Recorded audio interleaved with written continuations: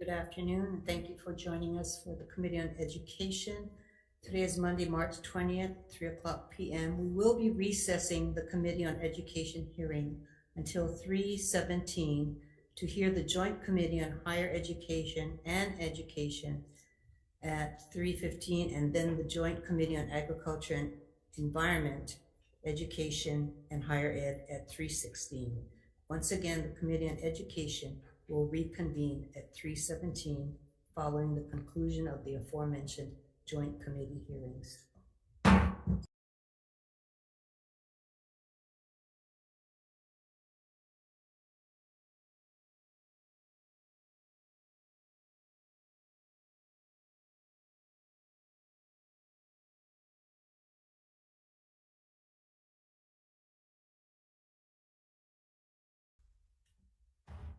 I'd like to call the joint committee hearing with the Committee on Higher Education and the Committee on Education to order. Today is March 20th. It's 3:16 p.m. Conference room 229. We have our 3:15 agenda item on House Bill 1204, House Draft 1. But first, this meeting is being streamed live on YouTube. I'm not sure why we don't have a recording on this, but in the unlikely event we must abruptly end this hearing due to technical difficulties, the committee will reconvene to discuss any outstanding business at 3 p.m. on Thursday, March 23rd in this room 229, and a public notice will be posted on the legislature's website. For those of you who are participating remotely, all testifier audio will be muted and video disabled until shortly before it's your turn to testify, and testifiers will be limited to 1 minute, at the end of which the audio will be automatically muted. And if there's any other temporary technical glitches during your turn, we may have to move on to the next person due to time restraints, and we appreciate your understanding. The committee does have your written testimony. And so let's see, in the Committee on Higher Ed, myself as chair, vice chair Senator Kidani, and on the, yes, that's it, education. So, in any event, we will start with 1204, House Draft 1. First to testify on this measure is Keith Hayashi, Superintendent.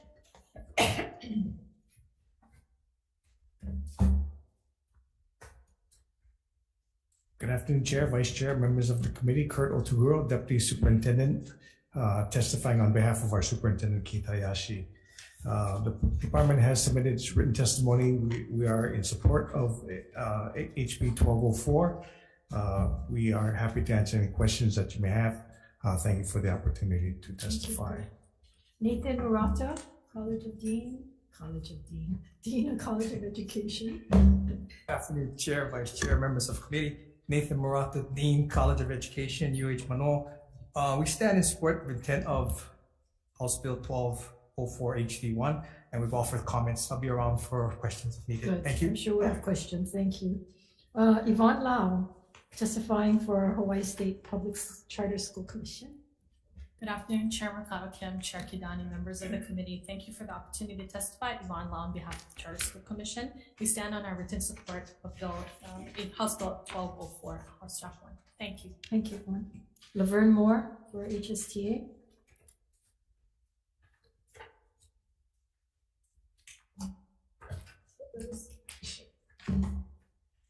Aloha, Chair, Vice Chair, and members of the committee. Laverne Moore speaking on behalf of Osa Tui Jr., President of the Hawaii State Teachers Association. We strongly support this resolution. We truly need teachers in our schools, and this is one way of doing it, to get more teachers into the school, because we have such a shortage, and it's not fair to have substitutes who really don't know what they're doing. So this bill is really important, so please pass it. Thank you. Thank you, Laverne. Christian Fern from UPA.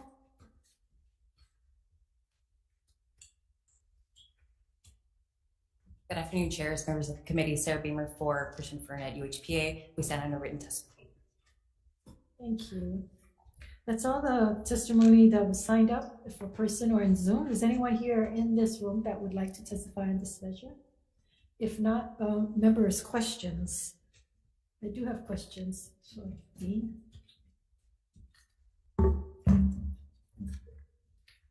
You talked in your testimony that the COE offers a suggestion whereby a ratio or years of service for each year be the foundation. So it's, for example, a ratio of 2 to 1. Yes. So you're saying that instead of 7 years, it should be 8 if it's a 4-year degree? Well, I think thank you for that question. The 7 years, I think, would be a good ceiling.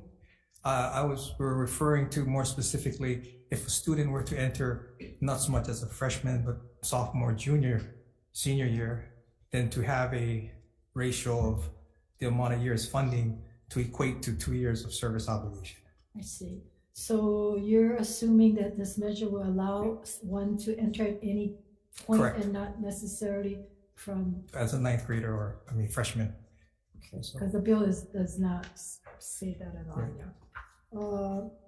You also talk about the monitoring system Yes. needed to ensure candidates are completing their service Yes. obligations. So is that your responsibility, UH's responsibility? Well, I think during the time when the students are at the university, it would be the university's responsibility to monitor, to ensure that they're taking courses, their grades are appropriate, adequate, and to continue to monitor. And if they're falling behind, to do the necessary interventions to get them back up to speed. So you have other programs where this is the case? Where Yes. they get a tuition waiver Yes. and they have to abide? Yes. What has been the track record of students completing or students not completing and having? Oh, to pay back? we have a very high percentage of completers. Mhm. We do have a few that, for some rhyme or reason, are unable to complete. But we're probably in the high 90 percentile for both our general and special education, all the types of funding that we receive from department, from the ledge, So what happens, what kind of collection rate do you have? collection rate. Yeah, when those that don't finish or don't. Yeah, then fulfill we their work obligation. with the Department of Education and them helping us to, because a lot of them are teaching in the field as well, help us with the, collections, if you will, sending out the bills and helping us. So what's been your record on that? Oh, we have a few that we've had to have the Attorney General help us to do a collection. And then, have we been successful? I think some folks have paid back the funds that they received. There's a few that I know of that have contested some of that. Because I know even with overpayments, we have Yes. a bad That's record of being able to collect that Right, money. right. Once they leave or once they decide they're not going to do it. Mhm. And I'm not sure how extensive you folks are at making sure that those payments are made or given back. Because once you give somebody something, it's very difficult to get it back. That's right? true. That's correct.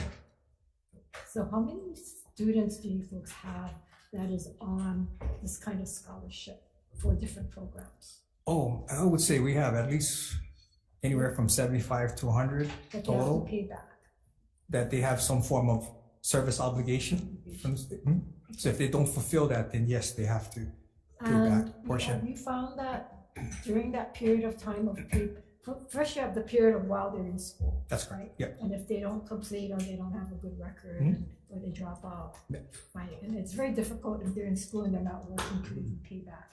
That's correct. Right? Yes. And then you have the issue of after they get their degree and they start teaching. That's correct. If they go to work for 1 year and then they stop and they leave the state, Yes. then, So that's where we work closely with the department to help right. together to get us But in to, those cases, the collection rate is poor, right? I believe it's been a challenge to get some of this payment back. Yeah.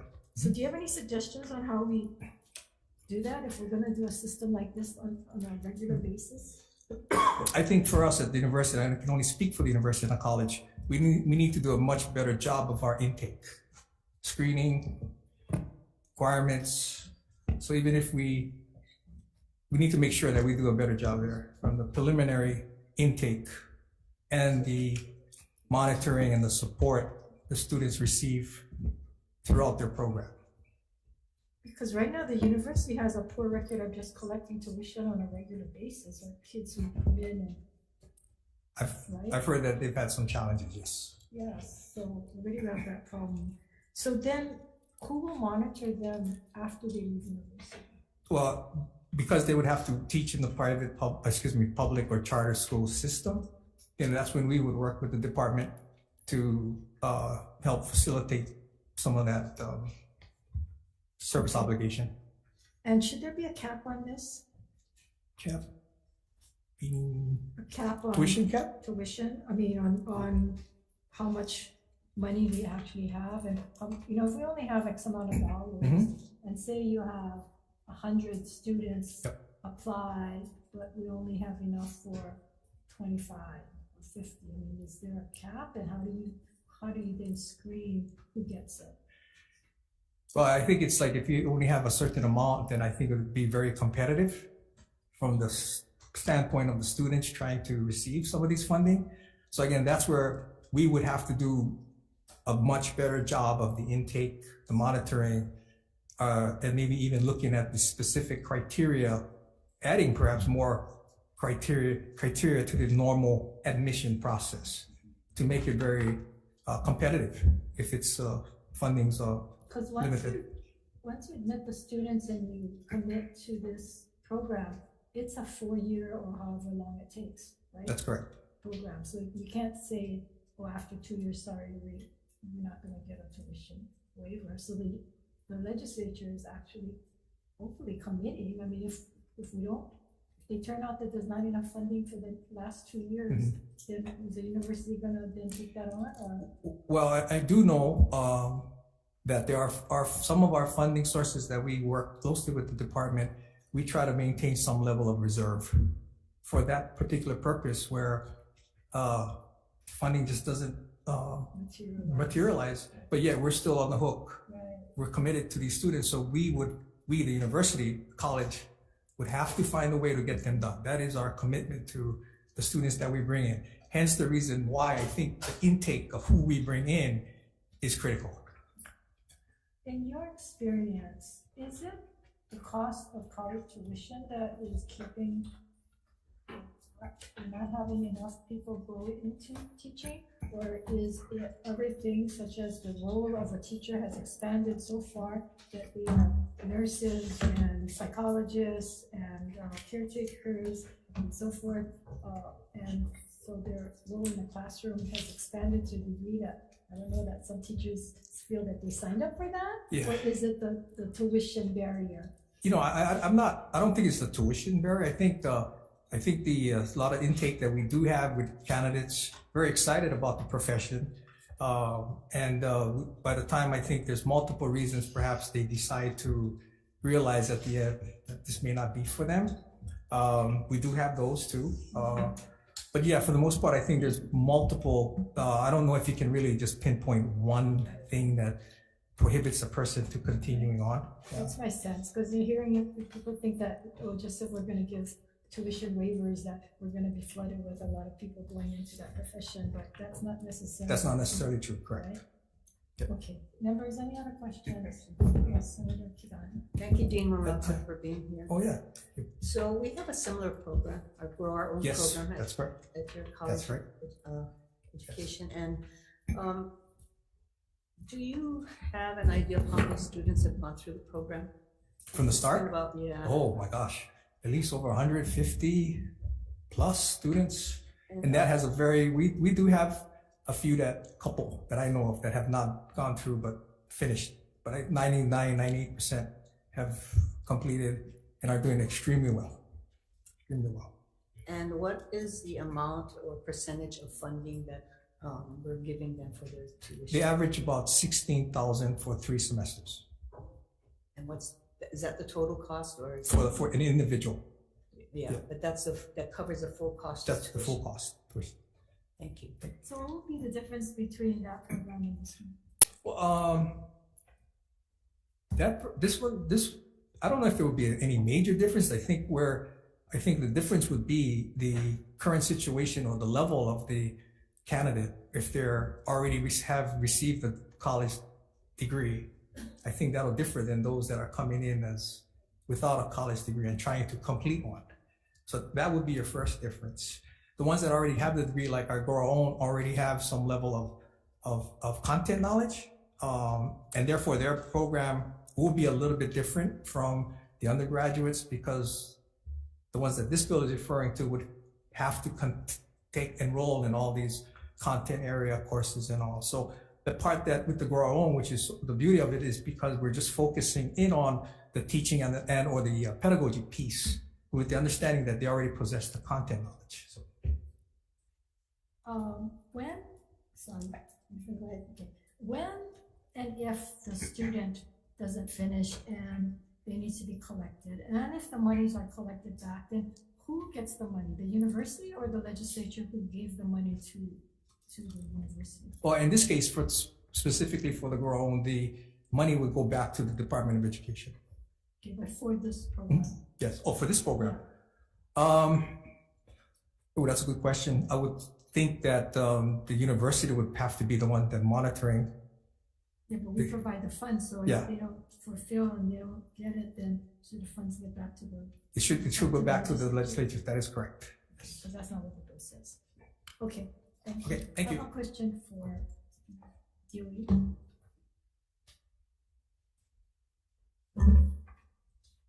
So are you folks able to monitor these students? I mean, these students who become teachers for, be it 7 years, 6 years, 8 years, whatever the number is, and keep track of them. And then if they don't complete or teach or fulfill their obligation, then you're able to find them and go after them for the payment. There would have to be a system center that have to be built. That's the only way I think we can track So it. you don't have a system now. Not anything automated. Because you guys can't even collect the overpayments, right? I mean, millions of dollars in overpayments that are uncollected from the.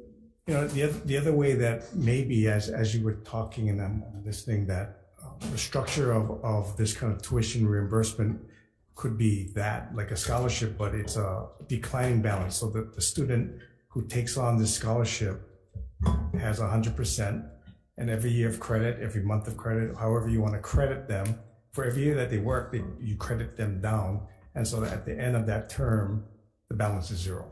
Just the opposite. It's more of an accounting thing, but that will give maybe the student that incentive to keep working because they can see a declining balance on the amount of the scholarship.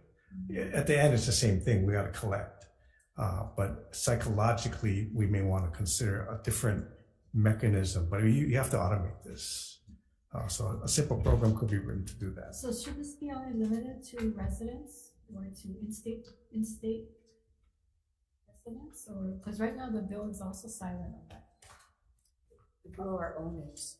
I would hope that we would, focus on local students. Okay, members, any other questions for DOE or for UH? No, thank you. Okay, so that ends decision making. Okay, we'll take a short recess for decision.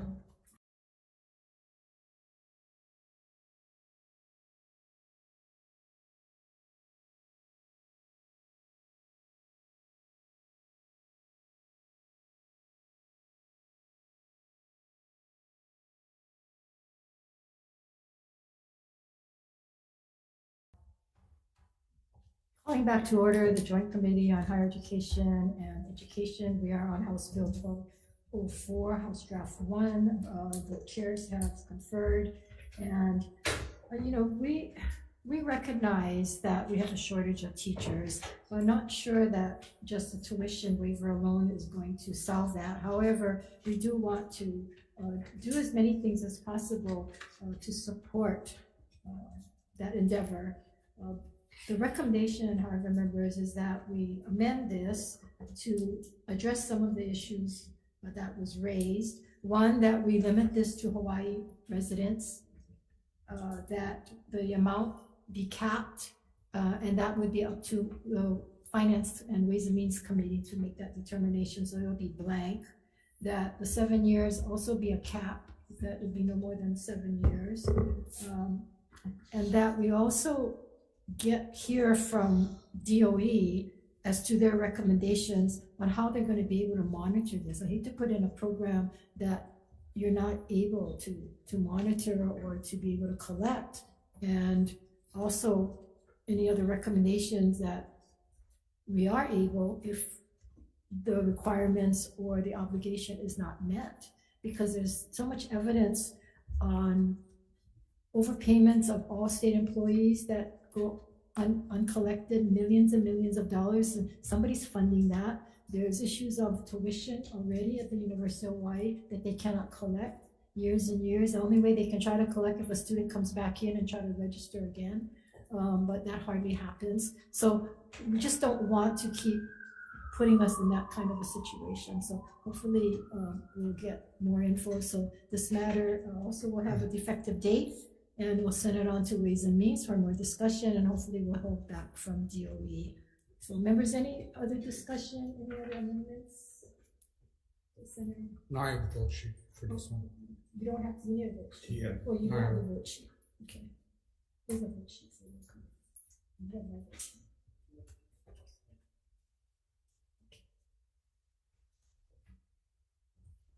Okay, so Chair's recommendation, higher ed, is to vote Is to pass with with amendments. Chair Kim, Aye. Vice Chair Kidani, Aye. Senator Fukunaga is excused. I vote aye. Senator Favela, Aye. recommendation adopted. Thank you. For education,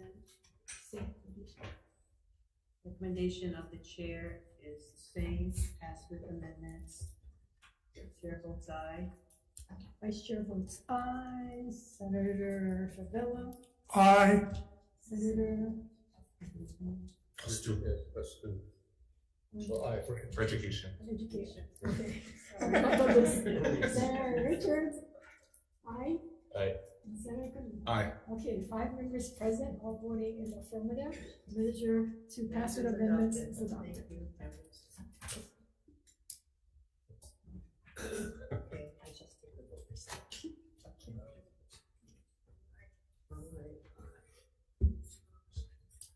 Okay, that adjourns the Joint Committee on Higher Education and Education. Thank you. Okay, so now the first.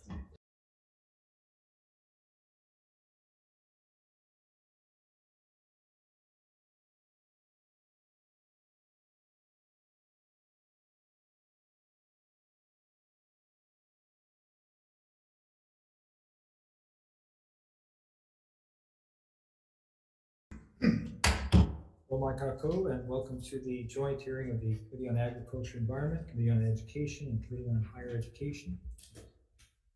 We have one measure on the agenda, and that is HB 247 HD1.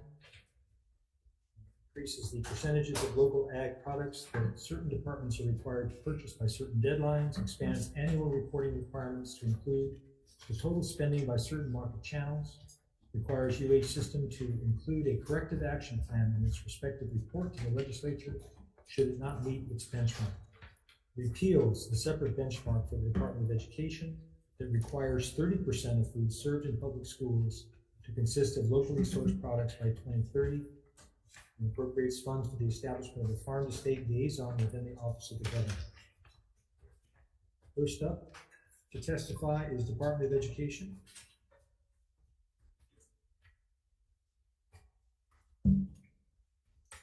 Good afternoon, Chair Gabbard, Vice Chair, members of the committee, Kurt Otaguro, Deputy Superintendent, testifying on behalf of Superintendent Hayashi for the department.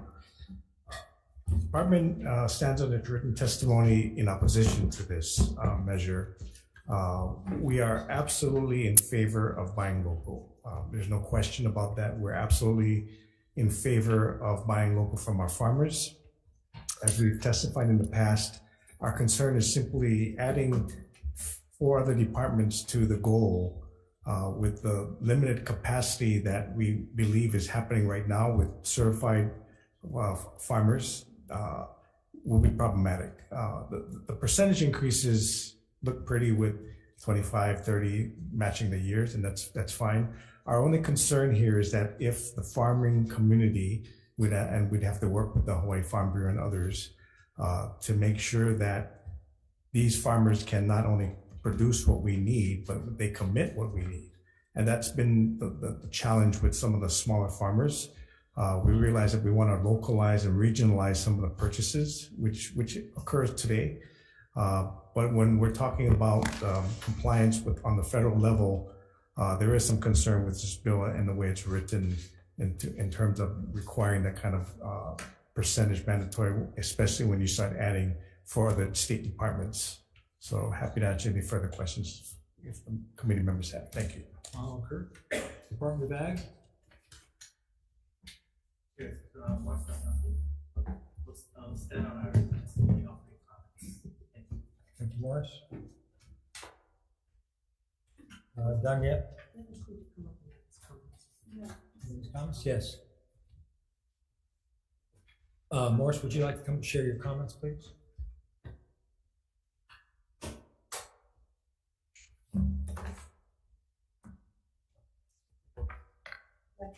Share your comments, please. Oh, okay.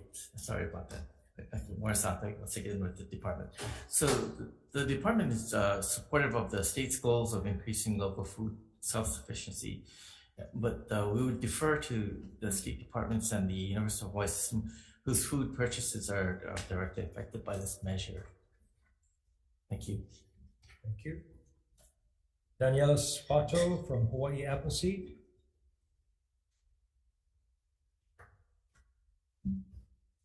Aloha, Chair Richards, Chair Gabbard, Chair Kim, members of the committee. My name is Daniela Spoto. I'm with Hawai'i Appleseed. We stand on our supportive testimony. I think we would be fine with, adjusting the alignment of the benchmarks from the Farm to State Act 175 and 176 if the Department of Education has hesitations about being able to achieve those goals. I think the most important thing is aligning them so there's not two separate sets of goals for the different agencies.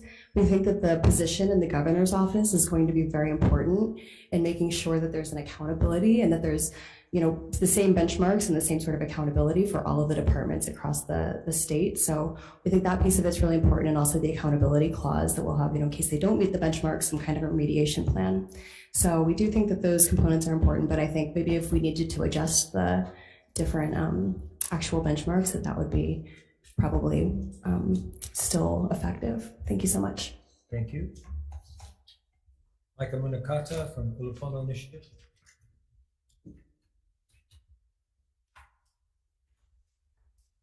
Good afternoon, Chair Gabbard, Chair Kidani, Chair Kim, members of the committees. Micah Munikati here on behalf of the Ulupono Initiative. We'll stand on our testimony in support of this bill. Like previous testifiers mentioned, we're all supportive of getting more local food into our meal programs across the state. A lot of great work and a lot of great policy passed in 2021 through Acts 175 and 176. So really do appreciate this legislative body to move those things forward. I think this bill is just looking to sort of align goals.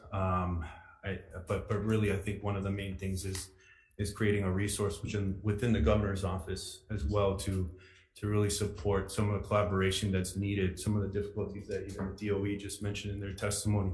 I think a resource in-house would help to alleviate some of those concerns and really to speak with farmers to get them on board to meet some of the needs that are currently being sought out with these various meal programs across the state. So we look forward to working very closely with the departments, including the DOE, on anything we can do to be supportive as a community, whether that's potentially some funding or even supporting some of their plan making. We'd definitely be open to those conversations as well. Thank you very much, Chair. Thank you. Nicole Galassi from the Hawaii Cattlemen's Council. Thank you, chairs, vice chairs, members of the committees. I'm Nicole Galassi on behalf of the Hawaii Cattlemen's Council. We're in support of this bill as increasing local food purchasing allows for more of a stable market, and that's an important factor for our producers to plan for their operations. And tracking that progress is key as we move forward to make sure that the producers can meet all of these needs. Mahalo. Thank you, Nicole. Next is Hunter Hevelin from Hawaii Farmers Union United. in support. Dennis Chase from the Hawaii Public Health Institute.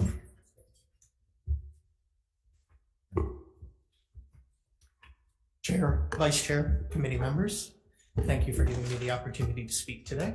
My name is Dennis Chase. I work for the Hawaii Public Health Institute as the program manager for the Farm to School HRE, which consists of over 40 organizations statewide that are interested in supporting and helping to increase the farm to school capacity in the state. We are in support of this bill, and as some of my predecessors in this testimony have said, 30 for 2030 sounded nice, but if it's 28% or 26%, then that's fine. That's not a big deal. We can figure out the correct number. What we're concerned with is that we have a good way to measure the progress and to understand what the different departments are doing. In that view, I think a very important aspect of this bill is that it requires a corrective action report, not just from UH, but from all of the departments if they do not meet the goal. And we think this is really critical. In the previous 3 hearings for this bill, members of all of those committees asked for a plan from the Department of Education and are still waiting for that plan. So I think that this very important aspect of the bill really helps us to get an idea of what is going on, what the challenges are for the department, and how we can support the department in reaching these challenges, because ultimately we all have the same goal. Thank you. Thank you. Okay, anyone else wishing to testify on this measure, please come forward, either online or in person. Okay, members, any questions? Senator Richards? Yeah, Department of Ag.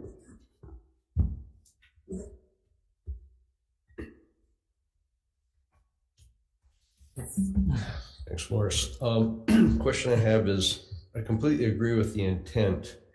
I am sensitive to what DOE is talking about, and I appreciate the little bit of latitude. My concern is if we're going to be able to get enough farmers approved for food safety to actually get this thing rolling. And I think that's something that we're going to have to figure out how to get that done.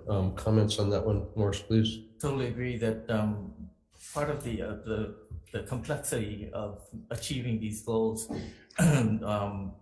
fall on the supply side of this whole setup, and there is concern about whether or not we can get the smaller farmers up to speed on the certifications that may be needed by these larger institutions.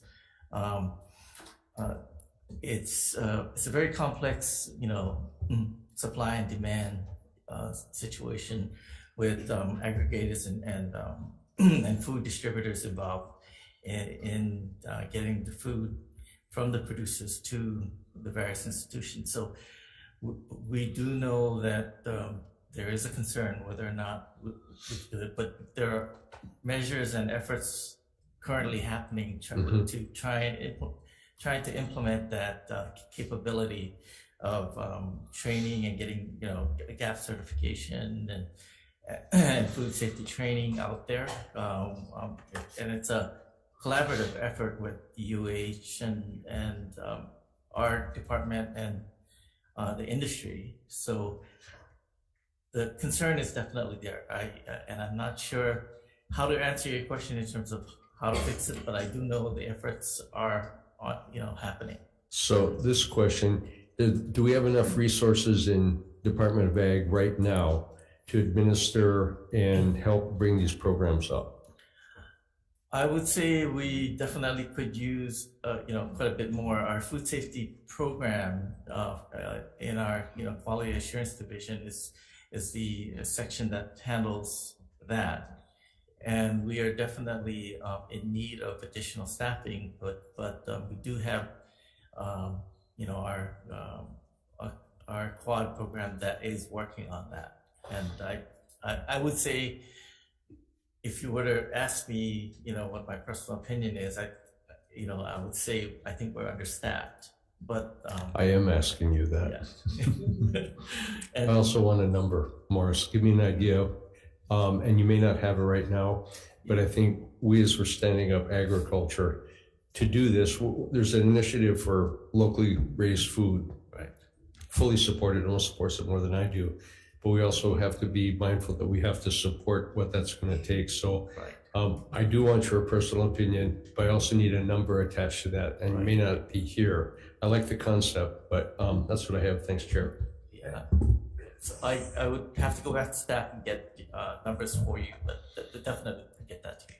If we could get that and then communicate to all three committees, I think is on this. Oh, definitely. Thank you. Hi. I'm also very supportive of our farmers and supportive of growing our own and being able to feed our people. But looking at these numbers and in your capacity and understanding the farmers and the amount of land that we have, is these percentages and dates realistic? Could you repeat the latter part of that? I didn't quite. Based on, you have an idea of our farmers, amount of land that we have for agriculture and the kinds of products that we can produce. Are these numbers realistic? The dates and the percentages, are those realistic? I'm not sure how to answer that, but because we have a struggle with the amount of when we're talking about numbers, we're talking about numbers of farmers, farming operations in terms of active producers and volume and quantity to meet these thresholds that we're talking about. I think it's challenging because our numbers include questions of agriculture that don't include food production, and they form significant questions of that of our Department of Ag production numbers. So I'm not sure because we have to consider the nurseries.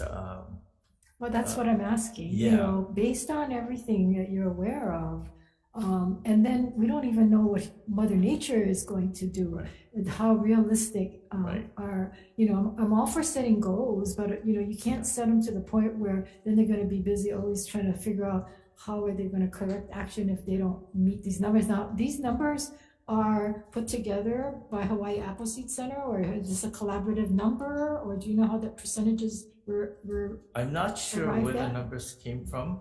I do know that in our, I guess, and I don't have exact numbers to give you that could, I guess substantiate what I'm saying. But if you're writing in support with comments, I would think that you have some more. The numbers come from Hawaii Appleseed as part of their testimony. Right. Yeah. But that's what's in the bill, right? Those numbers, those percentages. Is that right? It's from the bill. Yeah, it's in the bill, and they use the bill and put together this graph so we can see it visually. So I'm not sure who actually came up with these numbers. If anybody knows based on what, I would love to hear from came that. up with the actual numbers, but I do believe it is going to be challenging based on our the makeup of who the producers are and the volume that they produce and how much of it is actual food that can go into the school systems or the larger institutions that would be utilizing this. Right? Is there anyone here from the university can speak on this? I'm surprised them being, a major, someone that has to abide by this. They're not here to even offer testimony. Okay, thank you. Thank you.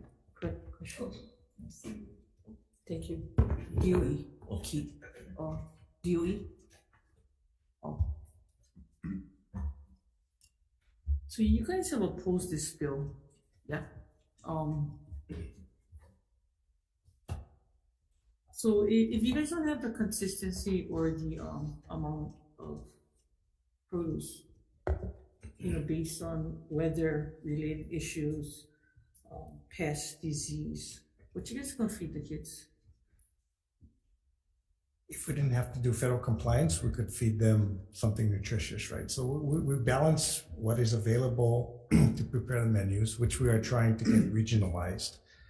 But there are certain requirements that we have to comply with to provide a meal and get reimbursed. Otherwise, you jeopardize the reimbursement process, which is about 45% of our total cost. So how much locally sourced produce do you have today, or beef? It's not nearly 30%. The last read was about 6.2% in general. But as a flip side, I'm told by food services that 100% of the ground beef hamburger is sourced locally.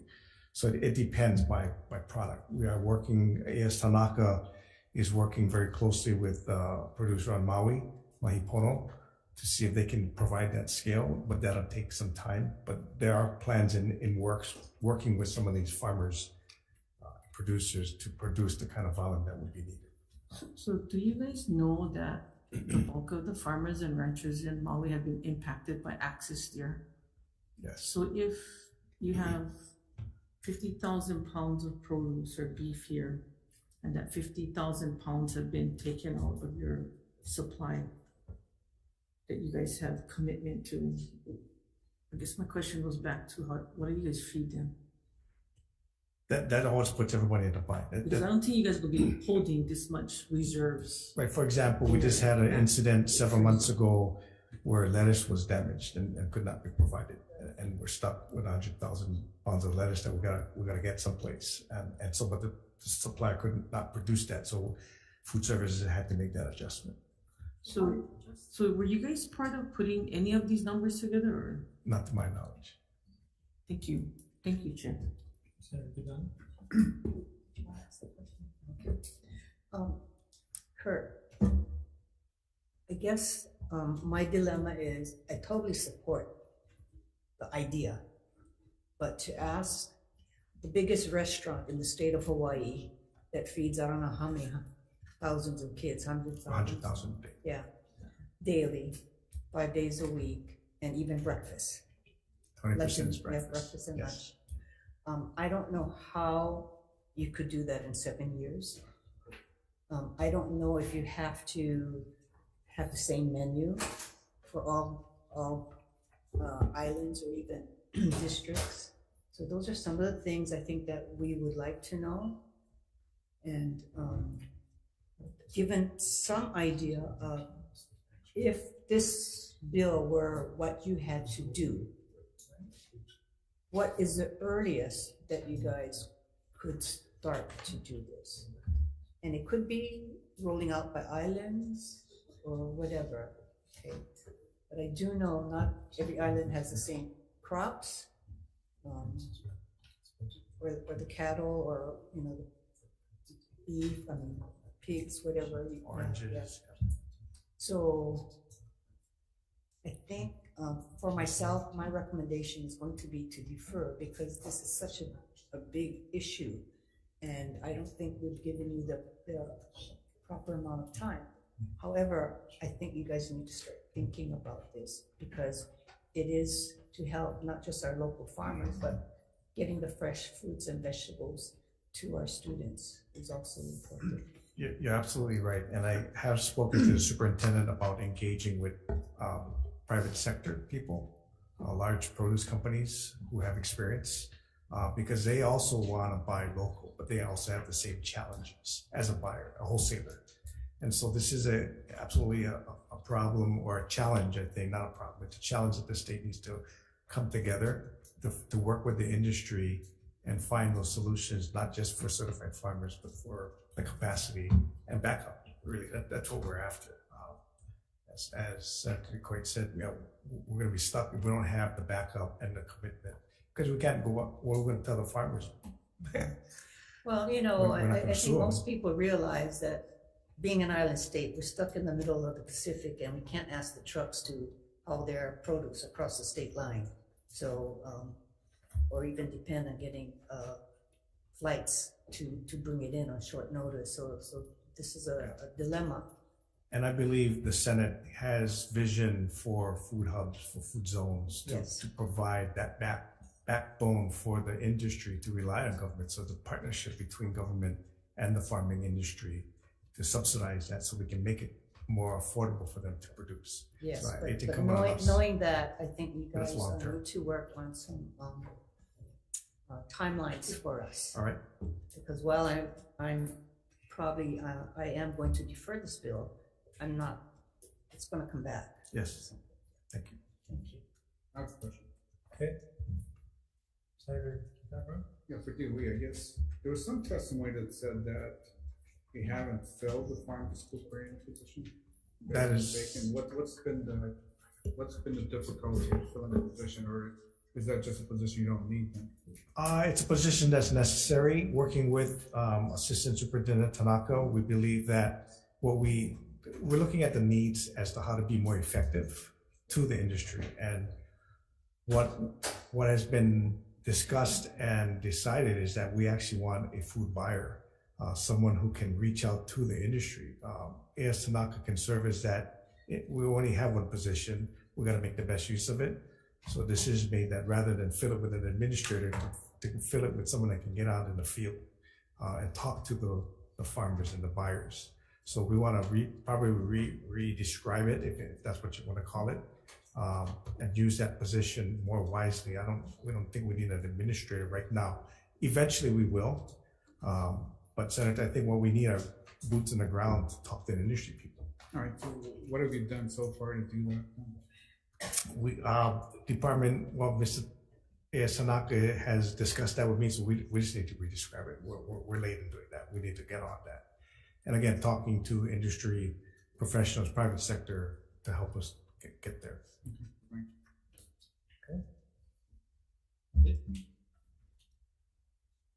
Okay. You ready to-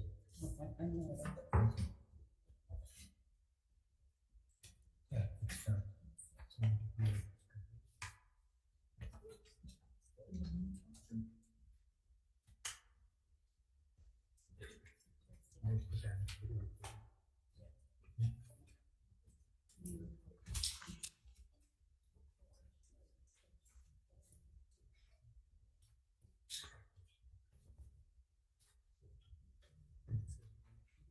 December next month, the deal is that match 30%.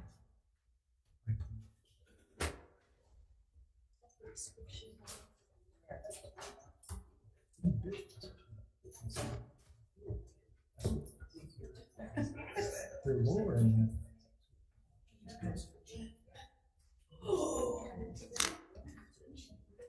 Look, it's 18%. You all right? Yeah, no,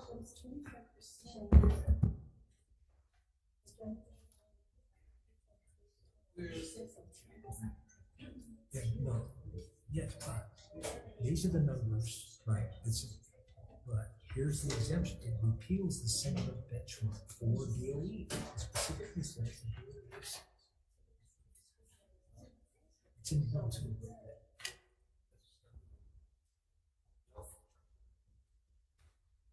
Yeah. I just wanted to get clarification. Yeah.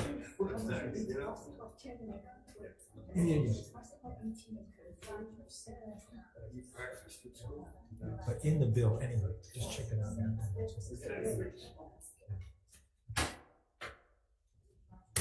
Okay, so we ready?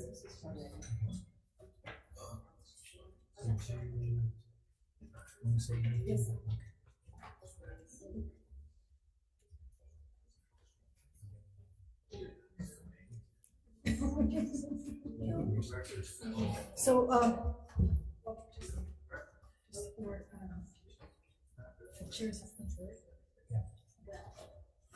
IT, are we still on IT?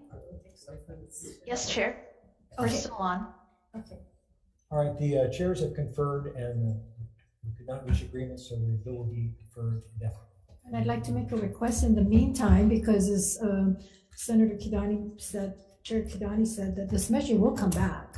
And so we'd like to know what rationale and how was the numbers and the percentages arrived at? Because certainly we want to be able to have goals, but we also want to be able to hopefully be able to strive to achieve them. If they're so far off, then it's not going to help us or the farmers. So we certainly need to know what went into the percentage. So whoever Bill, this is from the House, whoever put these numbers together, would certainly like to get some kind of information back.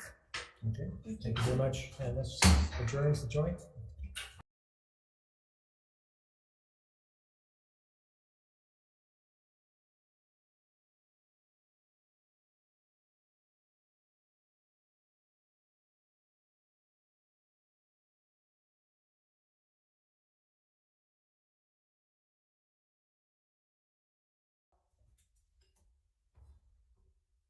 Afternoon, we're reconvening the Committee on Education. The 3 o'clock agenda. And our first bill is House Bill 260, HD1, relating to education, requires the DOE to develop and implement safety training for all cafeteria student helpers and ensure the student helpers receive the training prior to them volunteering. Requires DOE to provide personal protective equipment for all cafeteria student helpers prior to the student helpers volunteering. Requires all cafeteria student helpers to be directed and supervised by trained personnel at all times. And to testify, Superintendent Hayashi. Thank you, Chair, Vice Chair, committee members. Kurt Otuguro, Deputy Superintendent, testifying on behalf of the Department of Education. Department stands on the written testimony. We support the intent.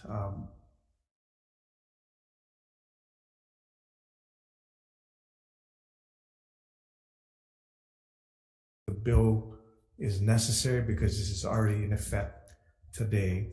We can always revise our policies, procedures, and safety measures, which we will do.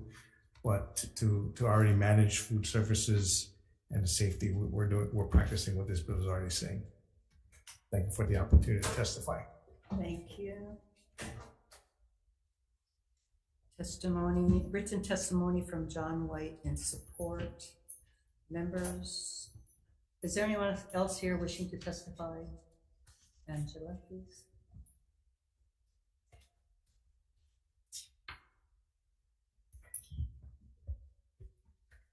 Aloha Chair, Vice Chair, I'm the Education Committee, Angela Melody Young, testifying on behalf of CARES and in strong support while providing comments. So DOE is being tasked with developing and implementing safety training for cafeteria student helpers. And if you read the committee report, the House Education Chair comments, students who volunteer to help in school cafeterias are not given sufficient safety training prior to volunteering and are not under constant supervision by trained personnel during their time volunteering.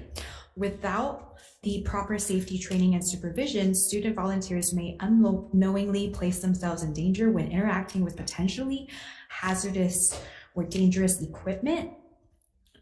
So that's from the chair from the House Education Committee. So I'm going to provide a comment to say, because food safety is a responsibility within the purview of DOH, perhaps this task should be delegated to DOH as well. It should be a collaboration of DOH and DOE. Because currently DOH has a food sanitation branch, and the instructors or food sanitarians have extensive field experience and provide real-world insight. And the participants are usually chefs, cooks, dietitians, managers, stewards, waiters, waitresses, food trucks, farmers market, vendors. They have to go to the class to get certified. Thank you, Angela. Oh, okay. Thank you. Thank you. Anyone else here to testify on this measure? Questions on this? I have a quick question for DOE. So Kurt, you're saying that you folks are already doing this? You already have safety measures in place? Yes. How many students have gotten hurt by doing cafeteria duty that you're aware of? I don't have a specific number. I'm aware that some accidents have occurred in the past. I can get you that number. Yeah, I mean, and we have a testimony submitted where a student was not even wearing shoes. Is that allowed in the That camp is to not work allowed. in the cafeteria? That needs more oversight. Yeah, so again, when you say that it's already being done and you don't need this, it's like, well, I mean, who's gonna monitor or who's monitoring and making sure that our students are safe? If they can't even require the student to say, you know, you need to put on shoes? Because Yes. he hurt his Achilles heel, according to this, and Yes. couldn't play sports and so forth. And I'm not sure what the other accidents, so-called accidents, and he was doing a job that wasn't even something that the student should be doing, right? It was a union job. So again, it's one thing to say you have these safety measures and these training. It's another thing that there's no oversight, there's no accountability. He was not received any render aid. I mean, there's a lot of violation in just this one accident or mishap. I realize that.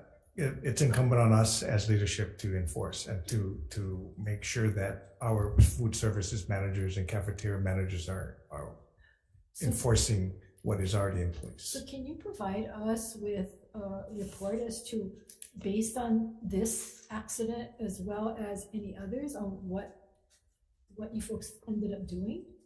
Was there any reprimand? Was there any additional training? Was there, I mean, what? Just like, oh, too bad it was an accident, sorry. I know in that particular case, the principal and the food services manager was talked to now. We can follow up as to specific actions taken. That's what you're asking for. Yeah, and also how many accidents and the nature of it. Thank you. Thank you, Madam Chair. Yeah, so my question, Kurt, is there a specific rule for all of your schools for your cafeteria helpers? There is a procedure, and then there's a HER that we need to adapt. And so you're right. In terms of putting it top of mind and enforcing and retraining and pointing out these things, that's something that's incumbent on us. Chapter 37 of the school lunch program. And then we have our own internal policies for the student helpers. So when was the last term that was updated? It's been a while. So like I said, this is a good reminder for us to continue to keep this top of mind and update it, which the department will do. Thank you. Further questions, members? Thank you. Thank you. Okay, moving on to House Bill 388 relating to education, adopts the National Instructional Materials Accessibility Standard, requires the Department of Education to obtain instructional materials in accessible formats for eligible students. To testify, Superintendent, please.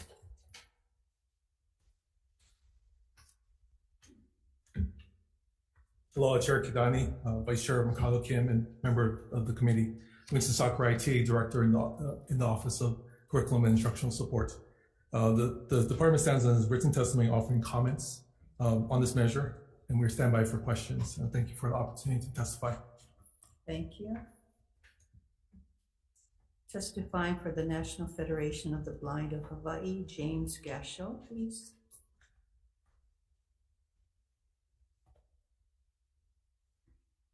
Thank you, Chair, Vice Chair, and members. I'm James Gashel, representing National Federation of the Blind of Hawaii.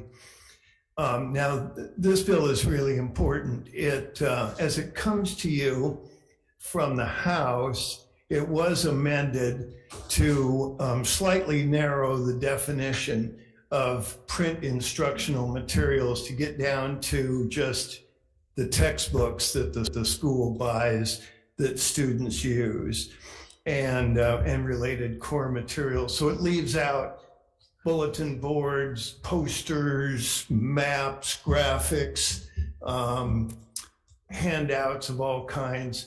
And we know those are instructional materials, but this bill now doesn't speak to them. It did in the form that it was introduced in the Senate SB 108. So the House narrowed it up a little bit. National Federation of the Blind of Hawaii submitted some amendments that would bring it back to emphasize both print instructional materials and other instructional materials, which I listed some of them. And of course, there's audio visual as well and digital now. When I went to school, it was just print textbooks. That's all it was. But it's different now. So we urge you to come back with offering or accepting amendments that cover all instructional materials. And mahalo for hearing this bill. Thank you, James. Members, questions? Thank you, James. Next to testify for the National Organization of Parents of Blind Children, Hawaii Representative Tabitha Mitchell. Aloha. Thank you, Chair, for the opportunity to testify today. I brought with me an example. My name is Tabitha Mitchell. I'm a parent of a blind child, and I also serve the state of Hawaii, and I support parents throughout all of the islands with their blind kids. And I know it's very common for the parents to kind of understand the technology and the tools and the things that we talk about when we talk about educating blind kids. I have 5 kids, and Emmy is my only blind daughter, and so everybody else is sighted in our family. So this is a whole new industry for us, a whole new level of understanding. So I brought with me today a textbook that is one of the textbooks that she uses in class, and it's kind of here just to illustrate for you guys what the difference is and the importance and the value. And I'm just going to show you a graph. And so this is a tactile graph that is in a textbook. And so as you can see, the illustration there, it's put under their fingertips so that they can read this graph. And this is a very different interpretation than if someone is just telling you what that graph says. So this graph actually represents, I believe, the age of mothers and the onset of Down syndrome, if I'm not mistaken. And so this is just I just wanted to bring this as an opportunity to show you guys that as parents of blind kids, we're in the trenches, honestly. And so we're trying to supplement and to bring education into the kids using whatever tools that we have. And quite honestly, in the education system, the books being provided in their classroom that is in their language that they can use is just very basic and fundamental. And we struggle to just get the books that our daughter needs in her education. And I know that the other parents throughout Hawaii have the same struggles. So that's why I wanted to come and testify. I'm available for questions, and thank you very much for hearing this bill. Thank you, Tabitha. Members, questions? I don't have a question, but I just want to share that when I was first elected to the House of Representatives, I served with a blind representative, Representative Terrence Tom. And the legislature didn't provide anything special. We were all treated the same. He had his own little Braille typewriter. He had to type all the bills, everything, the testimony. They had to transcribe it and type it all into Braille for him. Not his staff had to do that. And yeah, so I got to see how difficult it would be for somebody to be able to do what we do. They're not sighted, and these materials were not provided for him. He had to provide, but he did an excellent job doing so. But so we're here to thank you for your testimony. Thank you. Members, further questions, comments? Next testifier, Emery Mitchell Butler. He is a blind student at Kalaheo High School.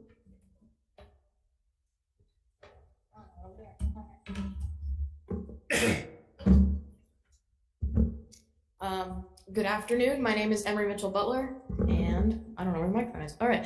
My name is Emery Mitchell Butler, and I am a, as she said, blind student at Kalaheo High School over on the windward side. And, well, textbooks are extremely important to me. I read them a lot. I read them more than I should, but I appreciate the ability to look backward and review past units and look forward at future ones. And I'm not always provided that opportunity. Just as an example, I never received a textbook for 9th grade biology, chemistry, physics, both of my Spanish classes, and I didn't receive my AP biology textbook until second semester, as well as my trigonometry textbook until second semester. So something is very wrong with the system, and it's no fault of any particular person. In fact, the teachers and staff surrounding me have done an excellent job of accommodating. And for example, my AP biology teacher is very good, or has been very good at describing various graphs and diagrams that I didn't have because I didn't have the textbook until very recently. I also wanted to point out the importance of other kinds of instructional materials. For example, last semester I took Modern History of Hawaii, which is a required course for every student in Hawaii in order to graduate, and there were lots of posters on the walls. It was incredibly informational. Unfortunately, I didn't get those posters, and again, I don't fault her at all. She's very busy, and she actually did an amazing job of telling me of all those things on the wall, but it was very disappointing that I didn't get access to them unless I asked. And they weren't considered a required instructional material, even though every student except me had access to them. So thank you for the opportunity to testify. And I'm in support of this bill, and I'm in full support of the amendments proposed by the National Federation of the Blind of Hawaii. Please consider them, and thank you for hearing this bill. Thank you, Emery. Members, questions? Thank you, Emery. Next to testify, Brandon Young, also a blind student.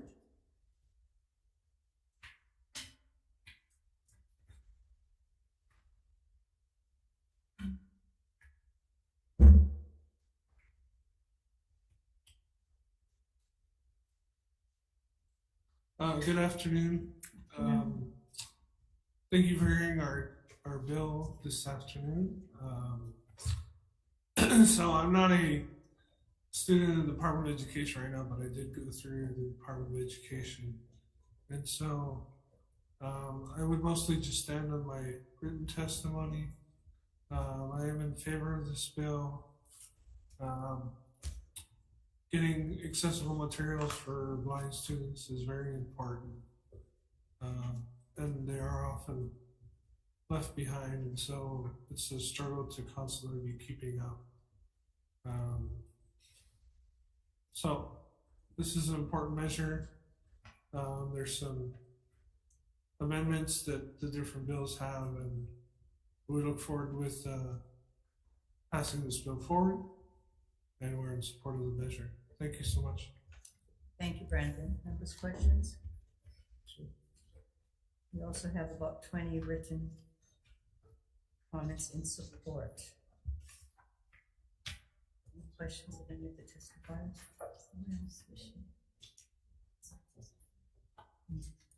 Angela, and you have 1 minute because we are running out of time. We have to be out of here by 4:40. I don't think we're going to make it. We're going to have to defer some of these questions. Thank you for your patience. Angela Melody Young testifying on behalf of CARES and Strong Support. So the IDEA Act requires public schools to make available to all eligible children with disabilities a free, appropriate public education in the least restrictive environment appropriate to their individual needs. And the purpose of this is so that blind students can access material. So according to the ADA, it's provisions for disability rights, and it kind of outlines that communicating effectively with people with disabilities is a goal. However, it's kind of just the nature of disabilities that it's frustrating because disabled people are not communicating in the same language as regular people. Oh, okay. So I'm just going to conclude and say that when the ADA is implemented correctly for disabled people, it should achieve overall sense of well-being, it should also help them achieve a sense of dignity. So thank you for the opportunity to testify. Thank you, Angela. Members, questions? Sure, just a quick comment. I wasn't here real quick. I wasn't here through the beginning, but I just feel bad because we just take advantage that we are always productive and survive, and not knowing this. And thank you guys for educating me and my colleagues, but I didn't realize how bad it was that we leaving you guys out, and I'm sorry for that, and I'm glad to be educated, and thank you guys for educating me. Appreciate it. Thank you, Chair. Senator Bella. Moving on to House Bill 1046 relating to educational health services, replaces the term school health aides with school health assistants to reflect recent changes to the job title. To testify, Superintendent, please. Hello, Chair Kidani, Vice Chair Kim, members of the committee, Keith Hayashi, Superintendent, testifying on behalf of the Department of Education. The department stands on its written testimony in support of this measure. Thank you very much for the opportunity to testify. Thank you, Superintendent. To testify, Kenneth Fink, Director, Department of Health. Aloha, I'm Joan Takamori, Public Health Nursing Branch Chief. On behalf of Dr. Kenneth Fink for the Department of Health, we stand on our written testimony and support, and I'm available for any questions. Thank you very much. Members, questions? We have 2 written testimonies in support. Moving on. House Bill 1329 relating to education requires the Department of Education to work with certain organizations to develop and implement an active shooter training program in all public schools under the jurisdiction of the department.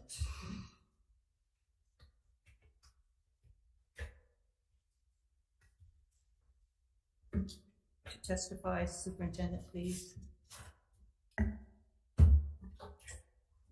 Good afternoon, Chair, Vice Chair, committee members, Kurt Otaguro, Deputy Superintendent. Department stands on written testimony in support of this bill. We're happy to answer any questions that you may have. Thank you. Thank you, Yvonne Lau, Interim Executive Director, Hawaii State Public Charter Schools. Chair, Vice Chair, members of the committee, thank you for the opportunity to testify. We offer our support for this bill, and we offer comments, and simply to ask that our charter schools not be left out. They also need support in this very important measure as well. Thank you. Thank you, Yvonne. Written testimony, 1 in support, 1 in opposition. Members, questions of the testifiers? Moving on to our last item on the agenda. House Bill 55 requires the Department of Education to establish grant programs to provide funds for the planning and implementation of community schools. To testify, Superintendent, please.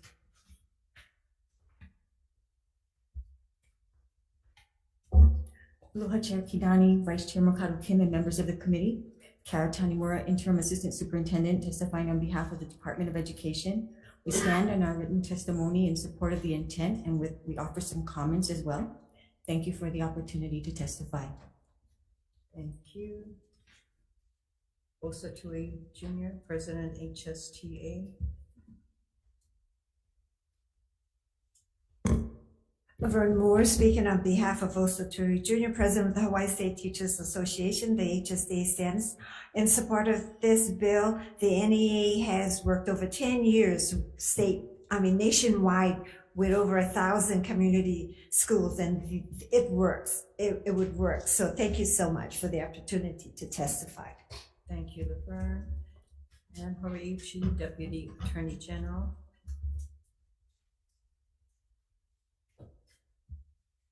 Good afternoon, Chair Kidani, Vice Chair Kim, members, and Horiuchi, Department of the Attorney General. As stated in our testimony, the bill does not state what monies are to be used to fund the grant program.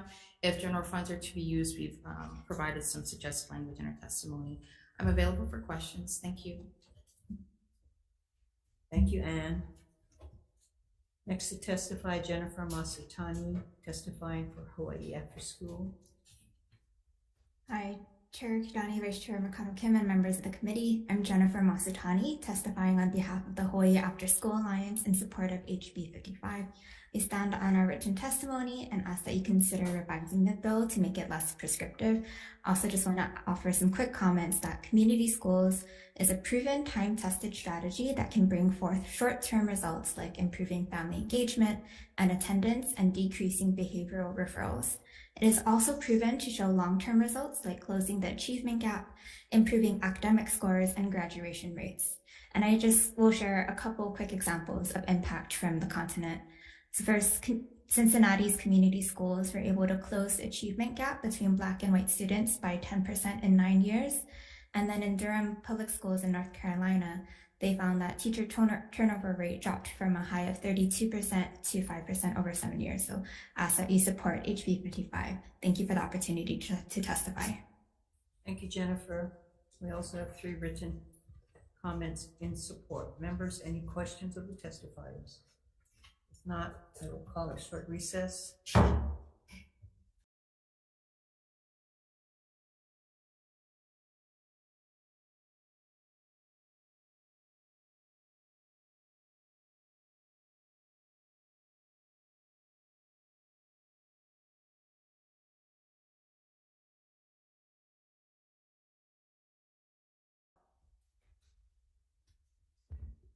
Okay, the chair's recommendation for House Bill 260 to develop safety training for all cafeteria student helpers. The recommendation of the chair is to defer to another date. I would like to see that the training program is being updated and something in writing from the DOE. For House Bill 388, we are going to, this recommendation of the chair will be to pass with amendments. I want to adopt the testimony of James Gashel and of the DOE also for their section 2 and subsection C2 and adding subsection C3. And I think that will bring us all up to the federal standards. Is that correct, James? Thank you. Okay. So recommendation is to pass House Bill 388, House Draft 1 with amendments. Chair votes aye. Chair votes aye. Vice Chair votes aye. Senator Kanuha. Aye. Senator Richards, excused. Senator Fadella. Aye. 4 members voting in the affirmative, 1 excused. Recommendations adopted. Thank you. For House Bill 1046 HD2 relating to educational health services, recommendation of the chair is to pass with amendments, and we're going to defect the date to July 1, 2050 to give Ways and Means a chance to look at any financial issues. Pass with amendments, chair votes aye. Okay, for House Bill 1046 with amendments, any member voting in opposition, any members voting with reservation, hearing none, 4 members voting aye, recommendations adopted. Thank you. For House Bill 1329, and this is relating to the Department of Education and to develop and implement an active shooter training program in all public schools. Recommendation is to pass with amendments, and we'll adopt the testimony of the Hawaii State Public Charter Schools Commission to include the public charter schools. Chair votes aye. Okay. House Bill 1329, passed with amendments. Any member present voting in opposition, any members voting with reservations, hearing none, 4 members all voting aye, recommendations adopted. Thank you. For House Bill 55 HD1, Department of Education to establish grant programs to provide funds for planning and implementation of community schools. I'm going to defer this as the DOE is currently implementing this program. So to defer this measure. Members, we also have a couple of deferred measures from our last meeting that I would like to vote on. The vote sheets for that. Yes. Okay. This is from our previous agenda. So House Bill 960, this is relating to the School Facilities Authority, transferring the $200 million of general funds previously appropriated to the School Facilities Authority.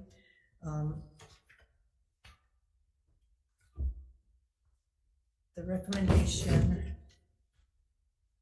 are we going to defer this again? We don't have the information we need. Okay, sorry, we're going to defer that again to March 22nd at 3 o'clock in this room. House Bill 961 relating to early learning. We're also We have not received the necessary amendments from DHS, so we're going to have to defer decision-making on this one also to Wednesday, March 22nd, 3 o'clock in this room. The final one was H Bill 503 HD2 relating to computer science education. Requires the Board of Education to work with the Department of Education to conduct an analysis on the need, impact, and feasibility of making computer science a graduation requirement. Recommendation is to pass with amendments, and we will effect the date to July 1, 2050. Chair votes aye. Recommendation is to pass HB 503 with amendments. Any member voting with reservations, any members opposition, hearing none. 4 members present, voting aye, recommendation is adopted. Thank you. This concludes our meeting